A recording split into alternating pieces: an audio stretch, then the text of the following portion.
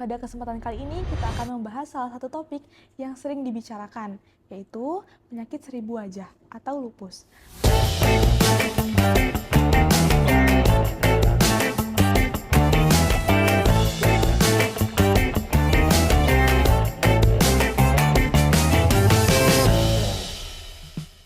Assalamualaikum warahmatullahi wabarakatuh.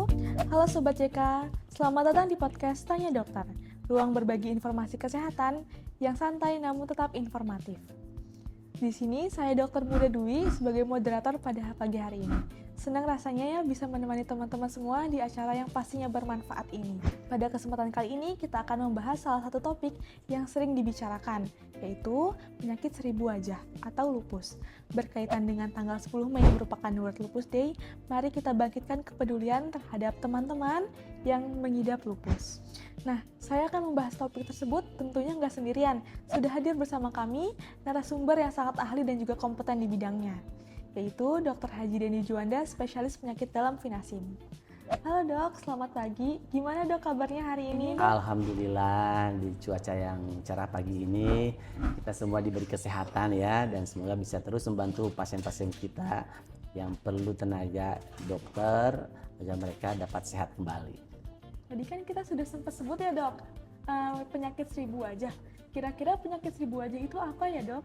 Oh, ya, berkaitan dengan tanggal 10 Mei yang akan Iya, diperingati sebagai World Lupus Day, artinya Hari Lupus Sedunia. Ya, kita sebagai tenaga kesehatan dan masyarakat lainnya mudah-mudahan ditingkatkan kepeduliannya terhadap sahabat-sahabat kita yang memang diberikan keaslian qadarullah ya, menderita penyakit lupus yang dikenal seribu wajah. Kenapa sih disebut penyakit seribu wajah? Karena lupus itu memang kelainan sistemik ya. Arti sistemik itu dapat mengenai seluruh organ tubuh. Dan gejalanya juga tergantung nanti macam-macam apa yang terkenanya ya. Bisa gejala awalnya demam kok yang berulang, bisa kelainan sendi, bisa kok lelah terus menerus ya, sehingga kecapean sehari-hari itu ya. Kemudian ada nyeri-nyeri sendi. Ada juga pada kelainan kulit ya yang khas, yang memang kalau sudah khas sih orang mudah mengenal lupusnya ya, yang disebut dengan muka kupu-kupu ya, artinya butterfly rash ya. Walaupun lupus itu sederhana artinya sebetulnya serigala ya. Ada juga memang gambaran ruam yang seperti pada serigala tapi tidak khas. Jadi kita sebut penyakit lupus, gambaran itunya butterfly rash. Nah, pada kelainan itu macam-macam pada orang itu, apalagi pada stadium awal. Kadang-kadang membingungkan ya, kita juga dokter tidak bisa langsung mengenal itu suatu kelainan autoimun, apalagi pasien. Nah, dengan semua penampilan yang berbeda-beda dari pasien satu ke pasien yang lain, ada yang kelainan sendi, ada yang kelainan kulit, ada yang kelainan saraf dulu yang terkena, ada juga mungkin gangguan ke sendi saraf pusatnya, maka disebut penyakit seribu wajah. Artinya begitu. Intinya kenapa disebut sebagai penyakit seribu wajah. Tadi kan sudah disebutin juga ya dok, tanda dan juga gejalanya. Kira-kira ada nggak ya dok tanda dan gejala pasti dari penyakit lupus ini? Nah ini kuncinya memang deteksi dini itu harus kita sebagai tenaga kesehatan aware. Kapan kita mencurigai bahwa pasien kita menderita suatu kelainan autoimun. Memang kalau autoimunnya sudah stadium lanjut mungkin mudah ya. Oh ini kelainan autoimun yang kita sebut dengan lupus.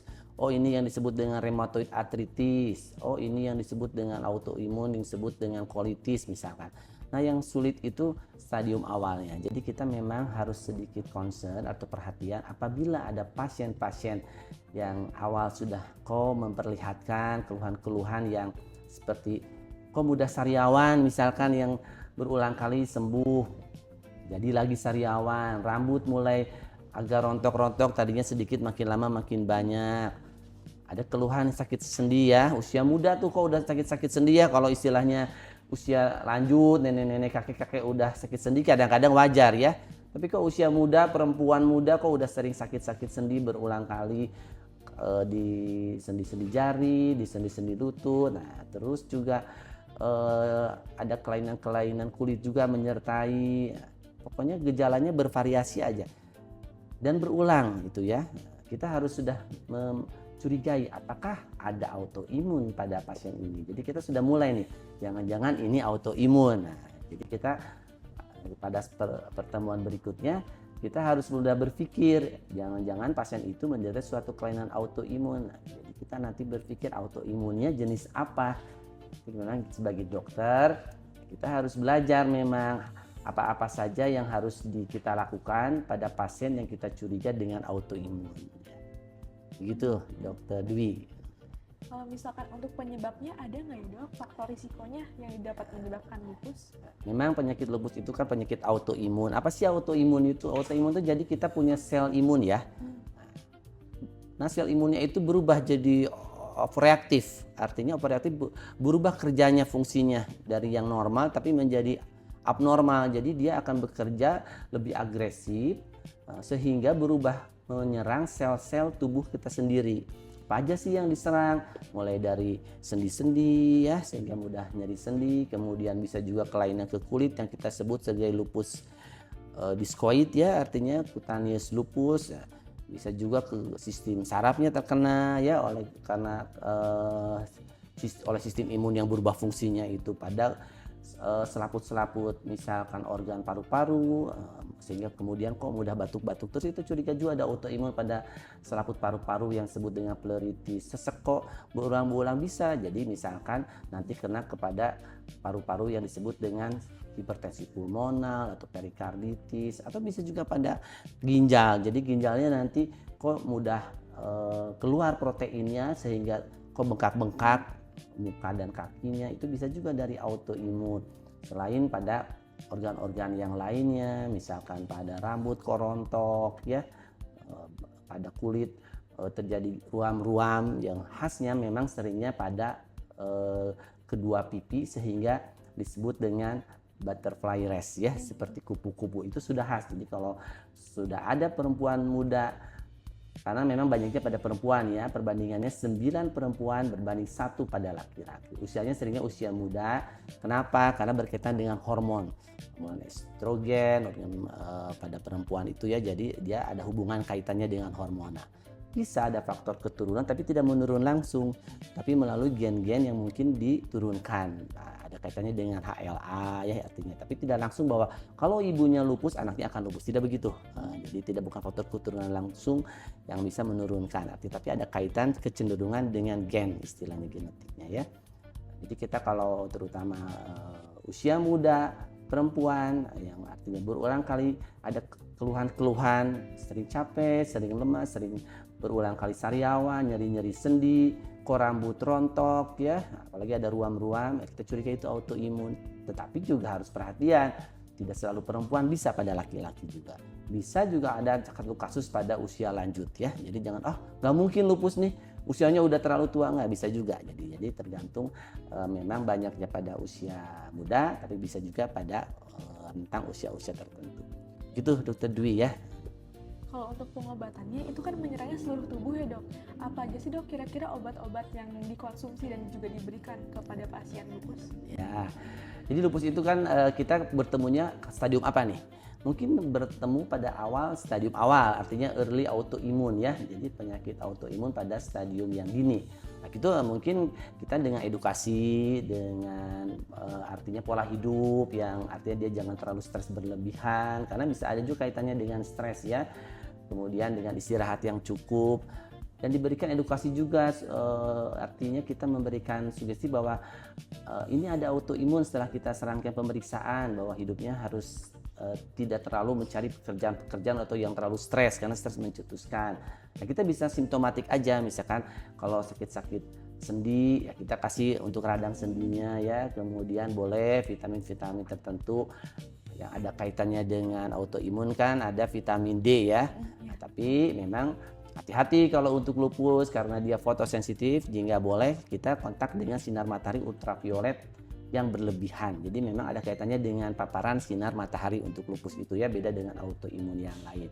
Nah, nanti kalau sudah menimbulkan gejala apalagi target gangguan organ, memang kita berikan selain anti radang, imunosupresan, penekan imun. Nah, dokter nih harus bijak. pemilihan autoimunnya, pemilihan penekan sistem respon imunnya itu harus betul-betul yang tidak menyebabkan kerusakan organ juga. Jadi kita kan kenal ada obat steroid tuh ya di pasaran banyak. Nah itu nggak boleh kita lanjut teruskan steroid sampai jangka panjang. Namun hanya pada fase awal aja kita berikan obat steroid. Selanjutnya kita pilih nanti obat-obatan penekan respon imun yang aman buat organ-organ, tapi cepat mengendalikan dan membuat remisi kerja sistem imun yang berlebihannya itu ya. Jadi itu tugas dokter. Apabila memang dokter umum bisa sebagai kompeten pertama, penapisan pertama ya, tapi nanti kita rujuk. Memang yang kompetennya sekali adalah dokter spesialis penyakit dalam, konsultan reumatologi atau imunologi. Tetapi di daerah-daerah konsultan itu memang jumlahnya terbatas. Sehingga ya kita dokter penyakit dalam ini nih sebagai garda lanjutan dari dokter umum untuk bisa mengatasi dan memberikan terapi yang betul pada pasien-pasien autoimun. Mungkin begitu Dokter Dwi.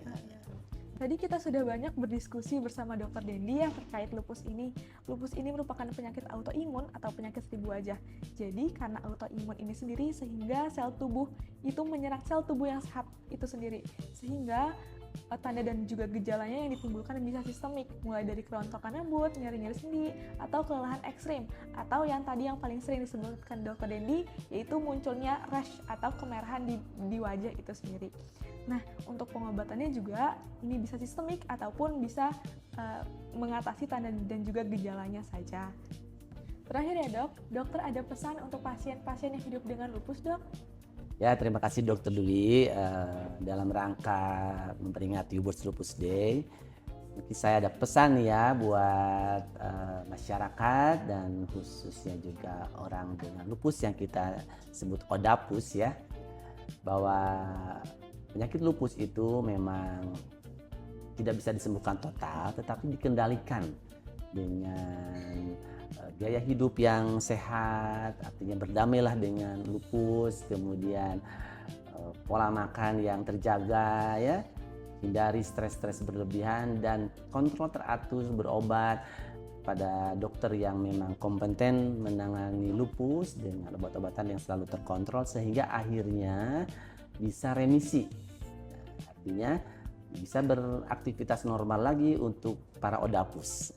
Jadi lupus itu adalah suatu penyakit, salah satu ya penyakit autoimun, karena penyakit autoimun sangat banyak ya yang sering dijumpai pada wanita muda, walaupun bisa juga menyerang berbagai usia, tetapi wanita muda lebih banyak karena berkaitan dengan hormonal. Laki-laki juga bisa dengan perbandingan 9 perempuan berbanding 1 pada pria ya. Obat-obatannya sekarang sudah banyak berkembang, jadi kita selain memang bolehlah artinya herbal-herbal, tetapi tetap dalam pengawasan dokter tentunya. Tapi obat-obatan imunosupresan itu sekarang sudah berkembang pesat sehingga akan lebih cepat mencapai remisinya pada lupus, pada penyakit autoimun ini. Kemudian juga untuk penyakit lupus ini memang diperlu kewaspadaan sejak dini. Jadi pada masyarakat bila ada merasakan keluhan-keluhan yang kok segala mudah sakit, kemudian timbul-timbul keluhan yang seperti saya tadi sebutkan, misalkan ada nyeri-nyeri sendi yang berulang, nyeri-nyeri otot, kelemahan otot, sering merasa lelah yang artinya berkepanjangan ya, mudah lelah, kemudian juga sering ada kerontokan pada rambut ya yang akhirnya bertambah terus, timbul ruam-ruam. Kemudian juga ada keluhan-keluhan lainnya kalau sudah mengenai beberapa organ, misalkan bila pada jantung ada sesak nafas, kalau batuk-batuk yang tidak sembuh-sembuh atau kelainan yang lain, memang harus segera berobat ke dokter yang terdekat dan kemudian para dokter umum sejawat kita itu akan melakukan rujukan sekarang itu kepada para dokter, terutama dokter yang kompeten menangani penyakit lupus seperti dokter spesialis penyakit dalam dan nanti juga akan diberikan rujukan juga apabila penyakitnya ternyata lebih berat kepada dokter spesialis penyakit dalam, konsultan reumatologi atau imunologi. Jadi buat para masyarakat memang harus mulai aware pada penyakit-penyakit yang disebut dengan penyakit autoimun. Terima kasih, mungkin demikian Dokter Dwi kita bincang-bincang santainya hari ini. Tidak terasa ya Sobat JK, kita sudah ada di penghujung acara.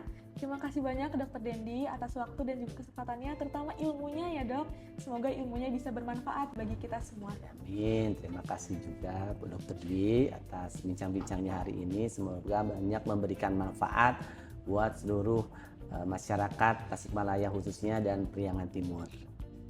Sehingga kita akan lebih waspada terhadap penyakit-penyakit autoimun yang banyak sekarang mulai terjadi di sekeliling kita. Terima kasih juga untuk Sobat JK yang sudah nemenin sampai akhir ya. Semoga tetap sehat dan juga tetap menjaga kesehatan dan bisa menerapkan informasi yang sudah diberikan pada podcast kali ini.